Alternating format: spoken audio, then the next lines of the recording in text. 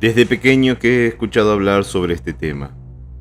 Era como a propósito de meter miedo a los más chicos.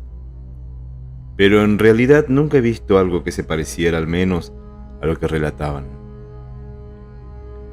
Generalmente los mayores y los hombres o mujeres de campo, en las noches alrededor del fuego después de la cena y mientras se mateaba hasta que llegara el sueño para unos, o esperando se hiciera más oscuro para ir a cazar vizcachas para otros. Mi tío me enseñó a cazar a los 8 años, así que yo me encontraba entre este último grupo, el de los cazadores. Lo de la luz mala comenzó por una versión generalizada que decía verla sobre la línea del ferrocarril General Belgrano, desde el sur, desde el pueblo de La Prida viniendo hacia Loreto. Cuando regresábamos del campo, la mayoría de las veces esperábamos al tren a la altura del kilómetro 83. Eran largos ratos, a veces horas, y cuando comenzaba a oscurecer aparecían los videntes. «Allá, se ve una luz mala. No, debe ser el tren», decía uno. Al rato ya eran varios los que opinaban. «Ahí está la luz, pero parece que no se mueve». Y otro decía: «Hay de ser la luz mala». Así pasaba el tiempo y todos opinaban que no era el tren, sino la luz mala.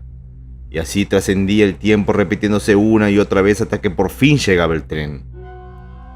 Y se dejaba como a propósito la versión de que en el 83, sobre las vías, aparecía la luz mala.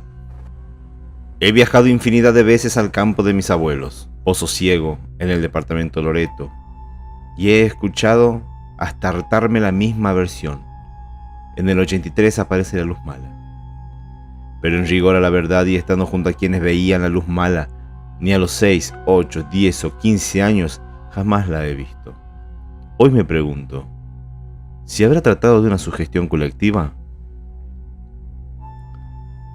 Pasaron los años y circularon otras versiones que jamás pude de manera alguna comprobar. Contaba don Juan Antonio Castaño, fallecido ya, muchos años puestero de Pozo Ciego, que una noche regresaba del boliche de doña Eusebia, Ushi le decían, y que luego de pasar una cruz que existía en el camino hacia la casa de mis abuelos, que solo era visitada en tiempos de vacaciones de invierno o verano, y que no se trataba de esa época, cuando estaba como a unos 300 o 400 metros, pudo ver una luz que cuando se acercó a la habitación del poniente estaba totalmente iluminada, por lo que pensó: deben haber venido los Suárez. Pero que al estar a escasos metros de la casa, todo estaba oscuro y en silencio. Otra vez, siendo directora de la escuela 996 que fundara mi abuela, mi tía Azucena, hermana mayor de mi padre, y siendo maestras la señorita Serlán, mi tía Negra Loza y mi prima Chabela, circuló el cuento de que al estar durmiendo en la casa las camas se habían sacado al patio por el intenso calor.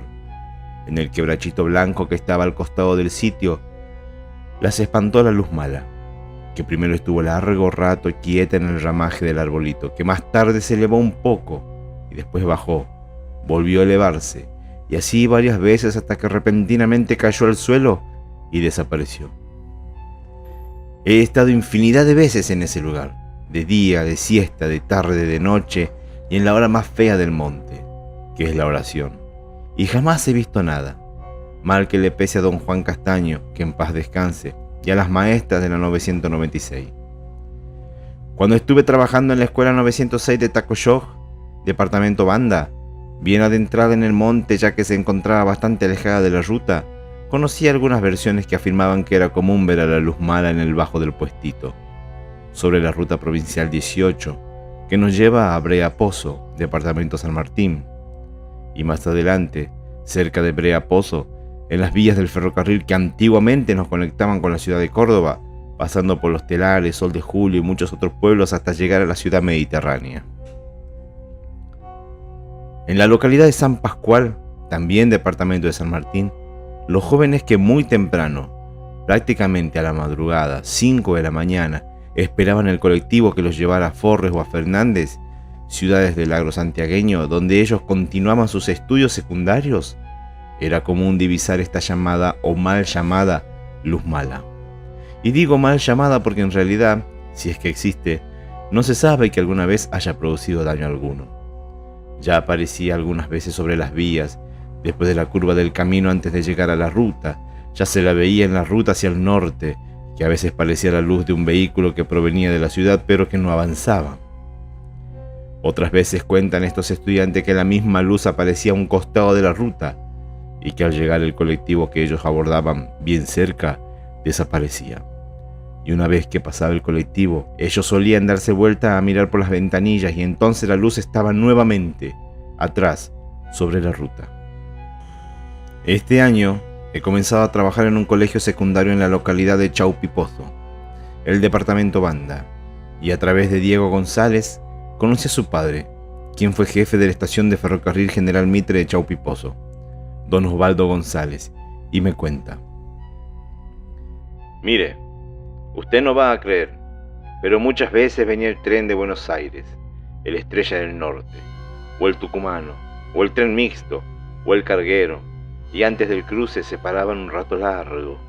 Y como yo era el que ordenaba o a veces hacía personalmente el trabajo de hacer las señas pertinentes para que continuaran o no avanzando el tren, cuando por fin avanzaban, al detenerse en la estación yo les preguntaba por qué se habían detenido en el cruce.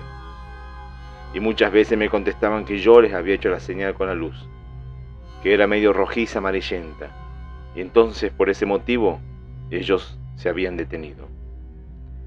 No los podía hacer entrar en razón, porque aunque yo no ordenara ni hiciera alguna señal, ellos a la luz la veían.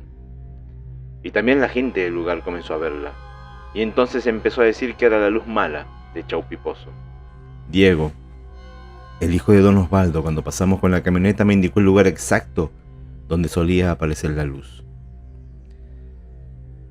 En general a mí me cuesta creer sobre la existencia de la luz mala, pero personas instruidas, no instruidas, docentes, jóvenes, viejos, afirman haber visto la luz mala y entonces debemos creer que algo hay de verdadero en este misterio del monte santiagueño.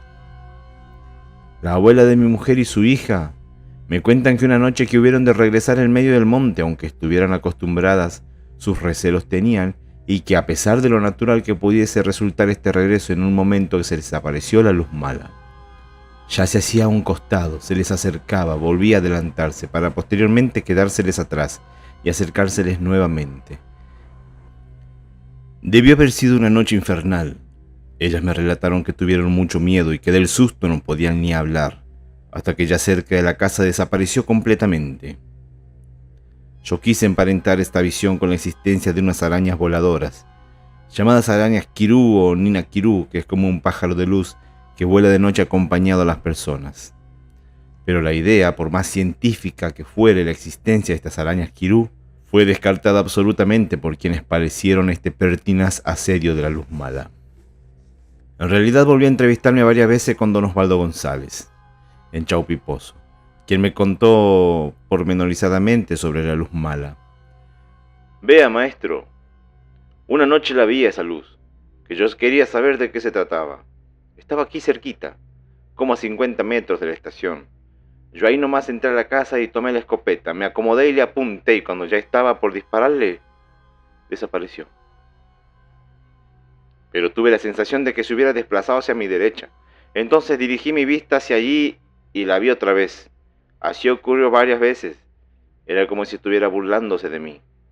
Era como si desapareciera, a sentar en uno y otro lugar cada vez que volviera a apuntarle. Las palabras y los gestos, los ademanes, los silencios que empleaba en su relato don Osvaldo, eran demasiado elocuentes y tal pareciera mostrar como un pájaro, o ese pájaro volaba rápidamente cada vez que intuía el peligro que sobre él se cernía, como si huyese al peligro posándose en un lugar y en otro. Este movimiento de un lugar a otro es lo que generalmente hacen algunas aves cuando atisban el peligro de ser heridas con un arma. Lo he comprobado innumerables veces en mis andanzas por el monte santiagueño. Estas vivencias, como las narradas por las parientes de mi mujer o la luz del árbol de las maestras de la escuela 996 en Pozo Ciego, me llevan a deducir que la luz mala se trataría del pájaro del cual habla don Domingo Bravo y que se llama Nina Kirú, y en quichua significa diente de fuego.